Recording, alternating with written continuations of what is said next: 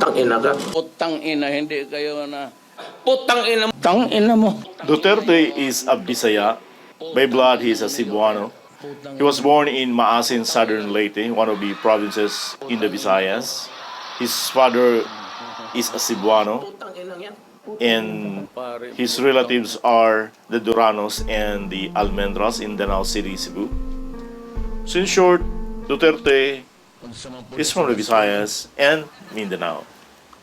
Although he is already a resident of Davao City, thus he was considered, or he is considered as a Davaoeño.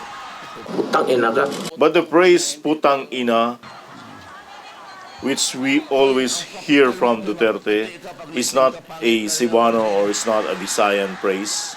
In fact, you seldom or not at all can hear that phrase from any Cebuano or any Bisaya, because we don't have our own version of that Puta'ng Ina. Puta'ng Ina is a Tagalog. I've been here in Manila for the past 8 years, and I've been hearing that phrase from anyone, from young to old, and even children say that word many times. And most of the time, I've heard that when children are playing on the streets, and they have some arguments, and they will say to their colleagues as Puta'ng Ina.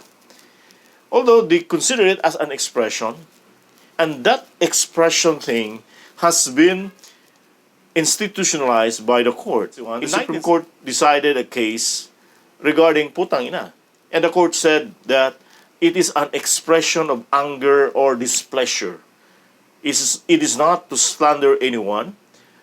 It is not, or it should not be literally defined as against the virtue of a woman or of a mother.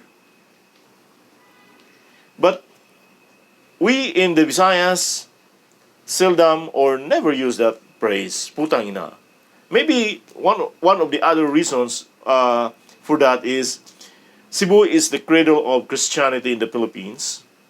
And we can say Christians love Mother Mary. We have Our Lady of Guadalupe in Cebu City, the patron saint of the city. We have the Mother of Perpetual Help of the Redemptorist Church.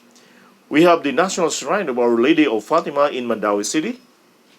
We have Our Lady of the Rule in Lapu-Lapu City, Cebu. So maybe that religious side of the Cebuanos and the Bisaya made us not to speak or not to use the phrase Puta'ng Ina. And in fact, as I've said, we don't have our own version of Puta'ng Ina, because literally Puta'ng Ina in the Visayas, it can be translated as burikat ang mama mo. But you cannot hear that from anyone in Cebu or in the Visayas area that will say to their mother, or burikat imong mama. Or someone told another guy, burikat imong mama. Because again, it's not in our culture, the Visayas area, to say that.